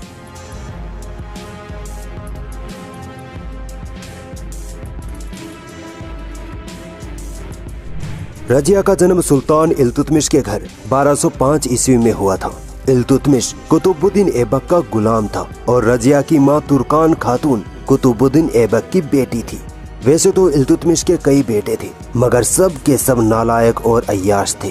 सुल्तान बनना तो दूर, उनमें सूबेदार बनने तक की सलाहियतें भी नहीं थी। इसीलिए इल्तुतमिश अपने सबसे बड़े बेटे नसीरुद्दीन महमूद को अपना जानशी बनाना चाहता था, मगर 1229 ईस्वी में ही नसीरुद्दीन महमूद की मौत हो गई। अब इल्तुतमिश पल पल इस सोच में परेशान रहता कि मेरे बाद मेरी इतनी बड़ी सल्तनत को कौन संभालेगा। इल्तुतमिश ने अपनी बेटी रजिया सुल्तान को बचपन से ही घुड़सवारी, तीरंदाजी और तलवारबाजी जबरदस्त तरीके से सिखा दी थी। यहाँ तक कि रजिया अपने पिता इल्तुतमिश के साथ रह रहकर हुक्मरानी कैसे की जाती है वो भी सीख चुकी थी। रजिया भले ही एक औरत थी, मगर वो उस समय के बड़े बड़े मर्द हुक्मरानों के बराबर थी और उसकी इसी खूबी ने उसे दिल्ली सल्तनत की सुल्तान बना दिया। मगर अपने काले गुलाम से मोहब्बत की कीमत उसे अपनी जान देकर चुकानी पड़ी। 1231-32 में इल्तुतमिश ग्वालियर की बगावत खत्म करने निकल जाता है और अपने पीछे रजिया को सल्तनत संभाल जाता है। 1 साल तक रजिया सल्तनत को इतनी कुशलता और महारत से संभालती है कि लोग रजिया को अगली सुल्तान समझने लगते हैं और इल्तुतमिश भी रजिया की काबिलियत को देखकर उसे अपनी जानशी बनाने पर राजी हो जाता है। मगर दिल्ली सल्तनत के 39 तुर्क सरदारों की मंडली ने, जिसे इल्तुतमिश ने खास अपने लिए बनाया था, इल्तुतमिश के इस फैसले का विरोध किया और इल्तुतमिश से कहते हैं कि अभी तो आपके कई बेटे जिंदा हैं, आप उन्हीं में से किसी को सुल्तान बनाइए। रजिया अभी सुल्तान बनने के लायक नहीं है। इल्तुतमिश कहता है, मेरी बेटी रजिया मेरे सारे बेटों से ज्यादा सुल्तान बनने की काबिलियत रखती है। यहीं से इन तुर्क सरदारों और रजिया के बीच 36 का आंकड़ा शुरू हो जाता है। जब 1236 ईस्वी में इल्तुतमिश की मौत होती है तब तुर्क सरदार रजिया की जगह इल्तुतमिश के एक बेटे रुकनुद्दीन फिरोज शाह को सुल्तान बना देते हैं। फिरोज शाह नालायक और अय्याश सुल्तान था। वो हुक्मरानी करने के लायक नहीं था। इसीलिए उसकी माँ शाह तुर्कान फिरोज शाह के पीछे से हुक्मरानी करती थी। इन दोनों माँ बेटे की हुक्मरानी ने जनता पर अत्याचार करने में कोई कसर नहीं छोड़ी थी और दोनों ने उन सभी सरदारों को मौत के घाट उतार दिया था जिन्होंने रजिया को सुल्तान बनाना चाहा था। यही वो वक्त था जब रजिया ने दिल्ली सल्तनत की सुल्तान बनने की कसम खाई और अकेले ही सुल्तान और तुर्क सरदारों से भिड़ गई। एक औरत होने के बावजूद रजिया को किसी भी तरह से कम नहीं हांका जा सकता। रजिया में वो सभी गुण थे जो एक मर्द सुल्तान में होते हैं, मगर कुछ बुरे और गलत काम भी रजिया के हाथों से हुए थे जिन्हें नजरअंदाज नहीं किया जा सकता। सुल्तान बनने के कुछ ही महीनों बाद सुल्तान फिरोज शाह कुहराम की एक बगावत खत्म करने निकल गया और पीछे उसकी माँ शाह तुर्कान दिल्ली में रजिया को मारने की साजिश रचने लगी। रजिया इसी मौके की तलाश में थी और फिर रजिया ने अपना काम शुरू किया। जुमे की नमाज के वक्त रजिया अचानक मैदान में आकर सुल्तान फिरोज शाह और उसकी माँ शाह तुर्कान की काली करतूतों की पोल खोलने लगी और अपने सुल्तान होने का दावा करने लगी। ये हालत देखकर सब हैरान हो गए। शाह तुर्कान को कुछ समझ आता उससे पहले ही रजिया का काम बन चुका था। जनता अब सुल्तान फिरोज शाह और उसकी माँ के खिलाफ आवाज उठाने लगे। जनता ने शाह तुर्कान को मारने के लिए उसके महल पर हमला कर दिया। इसी बात से आप अंदाजा लगा सकते हैं कि रजिया में लोगों को अपनी तरफ माइल करने की कितनी जबरदस्त काबिलियत थी। रजिया ने सेना और कुछ सरदारों की मदद से गद्दी हासिल कर ली और इस तरह रजिया भारत के इतिहास की पहली मुस्लिम महिला सुल्तान बनी। वो तुर्क सरदार जो रजिया के खिलाफ थे उनमें से कई रजिया के साथ मिल गए और कुछ को रजिया ने मरवा दिया। फिरोज शाह जब वापस दिल्ली लौटा तो उसे अच्छा खासा सरप्राइज मिला। रजिया ने फिरोज शाह को पकड़कर जिंदान में डाल दिया और कुछ वक्त बाद दोनों माँ बेटे को मौत की नींद सुला दिया। दोस्तों, आपको इस बात पर जरूर गौर फरमाना चाहिए कि सुल्तान बनने से पहले रजिया एक ठीक ठाक दीनी औरत थी, पर्दा भी करती थी। सुल्तान बनने के बाद भी रजिया जब दरबार में जाती तो भी पर्दा करती। उसके और उसके मर्द दरबारियों के बीच भी एक पर्दा होता जिसके परे से ही वो बातचीत किया करती थी। रजिया के साथ सिर्फ औरतें ही रहती थी, मगर ये माहौल रजिया को रास नहीं आ रहा था। उसे लग रहा था कि मेरे औरत होने की वजह से सल्तनत पर मेरी दबंगई, मेरा अच्छा इम्पैक्ट नहीं पड़ रहा है। बस फिर क्या था, रजिया ने इस्लाम की तालीमात को दरकिनार कर बेपर्दगी अपना ली। वो अपने आप को मर्दों जैसा दिखाने की कोशिश करने लगी। उसने मर्द सुल्तान जैसे कपड़े, लबादा और टोपी पहनना शुरू कर दिया। खुले मुंह वो अब दरबार में मर्दों के सामने जाने लगी। रजिया की इन करतूतों की वजह से आम जनता और सल्तनत के सरदारों में उसके खिलाफ विरोध पनपने लगा था। इसके अलावा रजिया एक सुल्तान होते हुए अपने एक काले गुलाम जलालुद्दीन याकूत से मोहब्बत कर बैठी थी। वो मोहब्बत थी या नाजायज संबंध, पता नहीं। याकूत एक हबसी काला गुलाम था जिसे रजिया ने अपना पर्सनल गुलाम बना लिया। मोहब्बत का खुमार इस कदर चढ़ा कि रजिया ने गुलाम याकूत को अमीर आखुर यानी घोड़ों के अस्तबल का अधिकारी बना दिया। एक हबसी काले गुलाम का यूं इतने बड़े ओहदे पर फाइज होना तुर्क सरदारों को रास नहीं आ रहा था, जबकि रजिया याकूत पर और ज्यादा मेहरबान होने लगी। रजिया ने याकूत को और बड़ा ओहदा देकर अमीरुल उमरा यानी अमीरों का अमीर बना दिया और अपना पर्सनल बॉडीगार्ड भी रख लिया। जब भी रजिया घोड़े पर बैठती तो याकूत उसे उसकी बगलों से पकड़कर घोड़े पर बैठने में मदद करता। अब रजिया और याकूत हर पल साथ रहने लगे। इतना सब होने के बाद तो रजिया और याकूत के नाजायज संबंधों पर सवाल उठना लाजमी था। तुर्क सरदारों ने इसी मौके का फायदा उठाकर रजिया को बदनाम करके सल्तनत की गद्दी से हटाने का प्लान बनाना शुरू कर दिया। इसके अलावा रजिया ने अपने और तुर्क सरदारों के बीच दुश्मनी की एक और खाई खोदकर खुद के पैरों पर कुल्हाड़ी मार ली थी। दरअसल उस वक्त दिल्ली सल्तनत के हर छोटे बड़े ओहदे पर तुर्क जाति के ही लोग फाइज थे, मगर रजिया ने तुर्क सरदारों को हटाकर अलग अलग जाति के लोगों को सल्तनत के बड़े बड़े ओहदे देना शुरू कर दिया। खासकर अपने गुलाम याकूत को अमीरुल उमरा यानी अमीरों का अमीर बना दिया था। तुर्क सरदारों की सत्ता से यूं बेदखली रजिया के लिए खतरनाक साबित होने वाली थी। तुर्क सरदारान एक हो गए और रजिया सुल्तान का तख्ता पलट करने की साजिशें रचने लगे। इन सरदारों में मोहम्मद जुनैदी नामी सरदार ने भी रजिया का विरोध किया था। जुनैदी इल्तुतमिश का वजीर रह चुका था। जुनैदी ने अपने साथ कुछ सरदारों को भी मिला लिया, जिनमें बदायूं का सूबेदार मोहम्मद सालारी, मुल्तान का सूबेदार कबीर खान अयाज, हांसी का सूबेदार सैफुद्दीन कूची और लाहौर का सूबेदार अलाउद्दीन जानी थे। इन सब ने मिलकर रजिया को मारने की प्लानिंग बनाई। इन लोगों ने अलग अलग वक्त पर रजिया सुल्तान पर हमला किया, मगर रजिया सुल्तान के सामने टिक नहीं पाए। मोहम्मद सालारी और कबीर खान अयाज ने जंग शुरू होते ही रजिया सुल्तान के सामने घुटने टेक दिए और रजिया के ही साथ जाकर मिल गए। अब ये दोनों रजिया के साथ मिलकर बाकी सरदारों को मारने की प्लानिंग बनाने लगे। सैफुद्दीन कूची और अलाउद्दीन जानी को पकड़कर रजिया ने कत्ल करवा दिया, जबकि मोहम्मद जुनैदी जान बचाकर सिरमौर की पहाड़ियों में भाग गया था और वहीं उसकी मौत हुई। इन सरदारों की मौत के बाद तुर्क सरदार बहुत ज्यादा गुस्सा हो गए और रजिया सुल्तान को गद्दी से हटाने के लिए एक आखिरी और खतरनाक साजिश रचते हैं।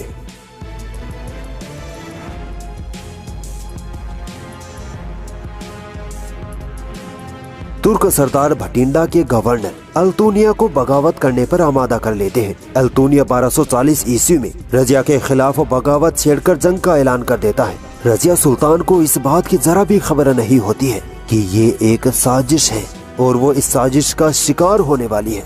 रजिया सुल्तान अल्तुनिया से जंग करने निकल पड़ती है। इस जंग में उसका प्रेमी गुलाम याकूत भी उसके साथ होता है। जंग में याकूत मारा जाता है। रजिया याकूत की मौत बर्दाश्त नहीं कर पाती और अपने होशो हवास खो बैठती है। रजिया जंग करने की हालत में नहीं रहती और इसी का फायदा उठाकर अल्तुनिया रजिया को पकड़कर अपने महल ले आता है और जिंदान में डाल देता है। जब ये खबर दिल्ली पहुंचती है कि रजिया को अल्तुनिया ने गिरफ्तार कर लिया है, तो दिल्ली सल्तनत के तुर्क सरदार इल्तुतमिश के बेटे बहराम शाह को सुल्तान बना देते हैं। तुर्क सरदारों की साजिश कामयाब होती है। दिल्ली के तुर्क सरदारों ने अल्तुनिया से कहा था कि अगर तुम रजिया को गद्दी से हटाने में हमारी मदद करो तो हम तुम्हें भी दिल्ली सल्तनत में से हिस्सा देंगे, मगर बाद में तुर्क सरदारों ने ऐसा नहीं किया और आपस में ही दिल्ली सल्तनत के बड़े बड़े ओहदे बांट लिए। राजनीति में ऐसा ही होता है। इधर से जब ये खबर रजिया सुल्तान तक पहुंची कि तुर्क सरदारों ने बहराम शाह को सुल्तान बना लिया है, तो रजिया और अल्तुनिया एक हो गए। रजिया ने अपनी खूबसूरती से अल्तुनिया को माइल किया या फिर दोनों ने सत्ता के लालच में एक दूसरे से शादी की, क्या हुआ पुख्ता अंदाजा नहीं है, मगर दोनों दुश्मनों ने शादी कर ली और सुल्तान बहराम शाह के खिलाफ जंग का ऐलान कर दिया। अल्तुनिया और रजिया की सेना में खोखर, जाट और राजपूत शामिल थे। सितंबर अक्टूबर 1240 में जंग होती है और बहराम शाह अल्तुनिया और रजिया को हरा देता है। दोनों जान बचाकर जंग से भाग जाते हैं। इतिहासकार बताते हैं कि बीच जंगल में हिंदू डाकुओं के एक गिरोह द्वारा दोनों की हत्या कर दी जाती है। इसके अलावा रजिया सुल्तान की मौत पर एक और कहानी मशहूर है। वो ये कि जंग से भागकर रजिया सुल्तान जंगल में थक हार कर एक पेड़ के सहारे सो जाती है। एक गडरिया जब वहाँ से गुजरता है तो रजिया सुल्तान को देखकर उसके पास आ जाता है। चूँकि रजिया मर्दों का लिबास पहना करती थी, इसीलिए पहले तो उस गडरिये को लगा कि ये कोई मर्द है, मगर अचानक रजिया के कीमती जेवरात उस गडरिये को नजर आ जाते हैं और इन जेवरातों के लालच में वो गडरिया रजिया सुल्तान की हत्या करके वहीं दफना देता है। मगर जब वो गडरिया उन जेवरातों को बेचने बाजार जाता है तो जोहरी को उन जेवरातों में से एक बेशकीमती हीरे की अंगूठी मिलती है। वो जोहरी समझ जाता है कि ये चोरी का सामान है और फिर वो सिपाहियों को खबर कर देता है। सिपाही उस गडरिये को पकड़कर उसी जगह ले आते हैं जहां उसने रजिया सुल्तान को दफनाया था और इस तरह रजिया सुल्तान एक गुमनामी की मौत मरते मरते बचती है।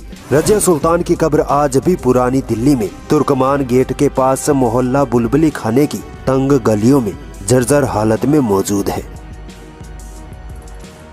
दोस्तों, रजिया सुल्तान ने अच्छे और बुरे दोनों काम किए। सत्ता के लिए उसने जो गलत कदम उठाए उन्हें सही नहीं ठहराया जा सकता, मगर हाँ, इसमें कोई दो राय नहीं कि रजिया बहादुर और अक्लमंद सुल्तान बनकर उभरी थी।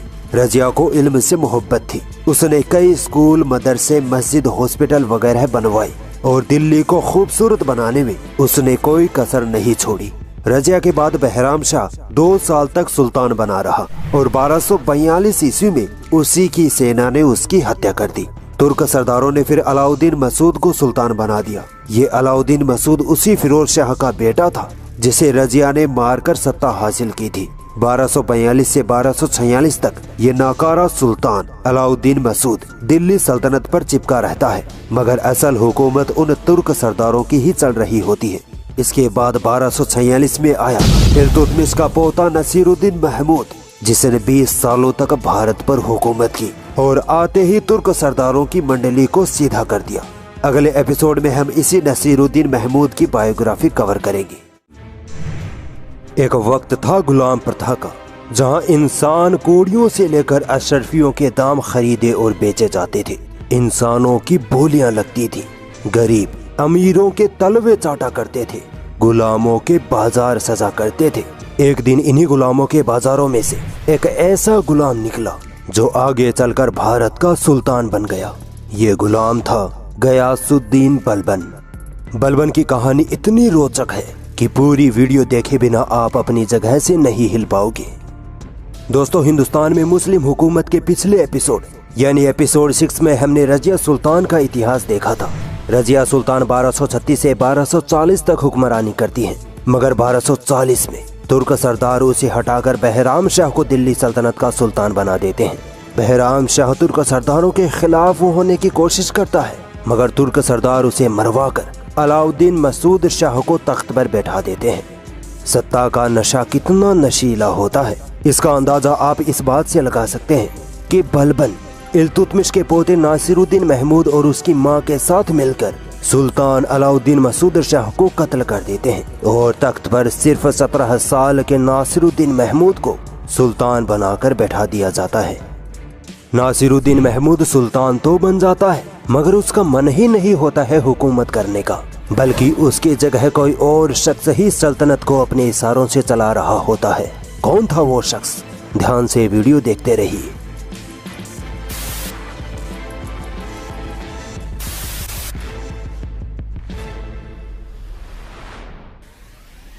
दोस्तों, नासिरुद्दीन महमूद एक मजबूत दीनी माहौल में पले बड़े होते हैं। दुनिया से ज्यादा वो दीन से लगाव रखते थे। एक सुल्तान होते हुए वो अपनी इबादतों में इस कदर मशगूल रहते कि उनके पास हुक्मरानी करने तक का वक्त नहीं होता था। रातों को उठकर नमाजें पढ़ना, हर वक्त कुरान पाक की तिलावत करना उनकी दिनचर्या थी। एक सुल्तान अगर चाहे तो दुनिया की कीमती से कीमती चीज उसके सामने लाकर रखी जा सकती है, मगर आप हैरान होंगे कि नासिरुद्दीन महमूद एक ऐसी बुजुर्ग हस्ती थी जो सुल्तान होकर भी कुरान की नकलें बनाकर और टोपियां सीकर अपना और अपने परिवार का गुजारा चलाते थे। यहाँ तक कि उनकी सिर्फ एक ही बीवी थी और वही बीवी घर का सारा काम करती और खाना बनाती थी। उनके यहाँ कोई नौकर चाकर नहीं था। सोचिए, एक सुल्तान होकर ऐसी जिंदगी जी रहे थे नासिरुद्दीन महमूद। दोस्तों, इल्तुतमिश से लेकर नासिरुद्दीन महमूद तक सल्तनत में तुर्क सरदारों की मंडली का बोलबाला था। जो भी उनके खिलाफ होता, ये मंडली उसे रातों रात रास्ते से हटा देती थी, चाहे वो सुल्तान ही क्यों ना हो। सुल्तान नासिरुद्दीन महमूद बहुत नर्म मिजाज के थे। वो नहीं चाहते थे कि सल्तनत में हुकूमत के लिए कोई फसाद हो, इसीलिए उन्होंने सल्तनत की बागडोर इन तुर्क सरदारों को सौंप रखी थी और खुद अल्लाह की इबादत में लगे रहे। इन्हीं तुर्क सरदारों में गयासुद्दीन बलबन नामी एक और तुर्क सरदार था जो इतना तेज और अक्लमंद था कि कुछ ही समय में वो सुल्तान नासिरुद्दीन महमूद के इतने करीब आ गया कि नासिरुद्दीन महमूद ने उसे अपना नायब मुकर्रर कर लिया। दोस्तों, उस वक्त जो शख्स नायब के पद पर होता था वो सुल्तान के बाद सल्तनत का सबसे ताकतवर शख्स माना जाता था। सुल्तान नासिरुद्दीन महमूद से बलबन की ये नजदीकी तब और बढ़ जाती है जब बलबन अपनी बेटी का निकाह सुल्तान नासिरुद्दीन महमूद से करवा देता है। बस यहीं से असली पिक्चर शुरू होती है। सुल्तान से बलबन की ये नजदीकियां तुर्क सरदारों को खटकने लगती हैं। सोए हुए तुर्क सरदार वापस जाग उठते हैं। उनको ये अंदाजा हो चुका था कि जरूर बलबन कोई बड़ा काम सरंजाम देने वाला है। बस फिर क्या था, तुर्क सरदारों ने बलबन के खिलाफ एक ऐसी साजिश रची कि सुल्तान नासिरुद्दीन महमूद खुद बलबन को सल्तनत से बाहर निकाल फेंकते हैं। आखिर क्या थी वो साजिश, जरूर जानेंगे, मगर उससे पहले हमें बलबन का बैकग्राउंड देख लेना चाहिए। दोस्तों, गयासुद्दीन बलबन का जन्म 1210 से 1216 ईस्वी के बीच एक तुर्क कबीले में होता है, जहां बलबन के पिता उस कबीले के सरदार होते हैं। इस कबीले पर मंगोल हमला कर देते हैं और मंगोल बलबन को पकड़कर गुलामों के बाजार में ले जाकर बेच देते हैं, जहां ख्वाजा जमालुद्दीन बसरी नामी शख्स बलबन को खरीद कर दिल्ली ले आते हैं। बलबन की बुद्धि इतनी तेज थी कि देखने वाला हर कोई बलबन को खरीदना चाह रहा था, मगर उस वक्त के सुल्तान इल्तुतमिश बलबन को खरीद लेते हैं। सुल्तान इल्तुतमिश बलबन की होशियारी देखकर उसे अपना निजी नौकर बना लेता है। धीरे धीरे बलबन अपनी काबिलियत के दम पर सुल्तान को इस कदर प्रभावित करता है कि सुल्तान इल्तुतमिश बलबन को अपने 40 खास तुर्क सरदारों के गिरोह में शामिल कर लेता है। आप अंदाजा लगाइए कि बलबन कैसे एक गुलाम से एक सल्तनत के सुल्तान के करीब पहुंच जाता है।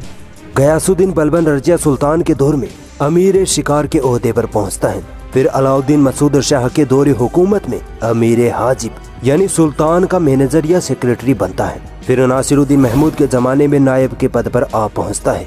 माने के बलबन सल्तनत में किंग मेकर की भूमिका निभा रहा था। ये सब वो अपनी काबिलियत के दम पर हासिल करता है, जबकि बाकी के तुर्क सरदार बस तुर्क सरदार ही बने रह जाते हैं। बलबन का यूं बुलंदियों की सीढ़ियां चढ़ना ही बलबन और तुर्क सरदारों में नफरत की आग भड़का रहा था।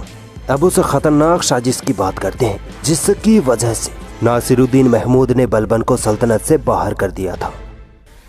असल में जब तुर्क सरदारों को लगने लगा कि बलबन हमसे आगे बढ़ रहा है और अगर ये कहीं सुल्तान बन गया तो हमारी खैर नहीं, इसीलिए तुर्क सरदारों ने बलबन का पत्ता साफ करने की साजिश रची। तुर्क सरदारों में एक सरदार इमामुद्दीन रेहान जो हिंदू से मुसलमान बना था, सभी तुर्क सरदारों को अपने साथ लेकर सुल्तान नासिरुद्दीन महमूद को बलबन के खिलाफ भड़का देता है। वो सुल्तान से कहता है कि बलबन आपसे सल्तनत छीनने की साजिश रच रहा है और कभी भी आपकी हत्या कर सकता है। बस सुल्तान नासिरुद्दीन महमूद उन सरदारों की बातों में आ जाते हैं और बलबन को सल्तनत के हर पद से हटाकर रेहान को नायब का पद दे देता है। तुर्क सरदार खुश हो उठते हैं, मगर बलबन भी कहां हार मानने वाला था।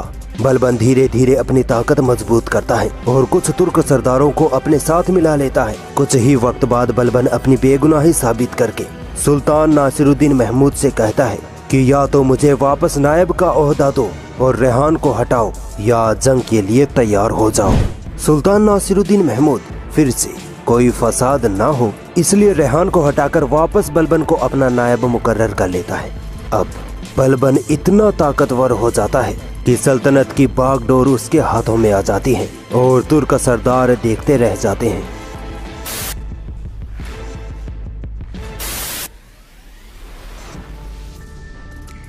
सन 1265-66 में नासिरुद्दीन महमूद की मौत हो जाती है। चूंकि नासिरुद्दीन महमूद के कोई बेटा नहीं था, इसलिए उसकी सल्तनत अब बलबन के हिस्से में आ गिरी। बलबन अब सुल्तान था।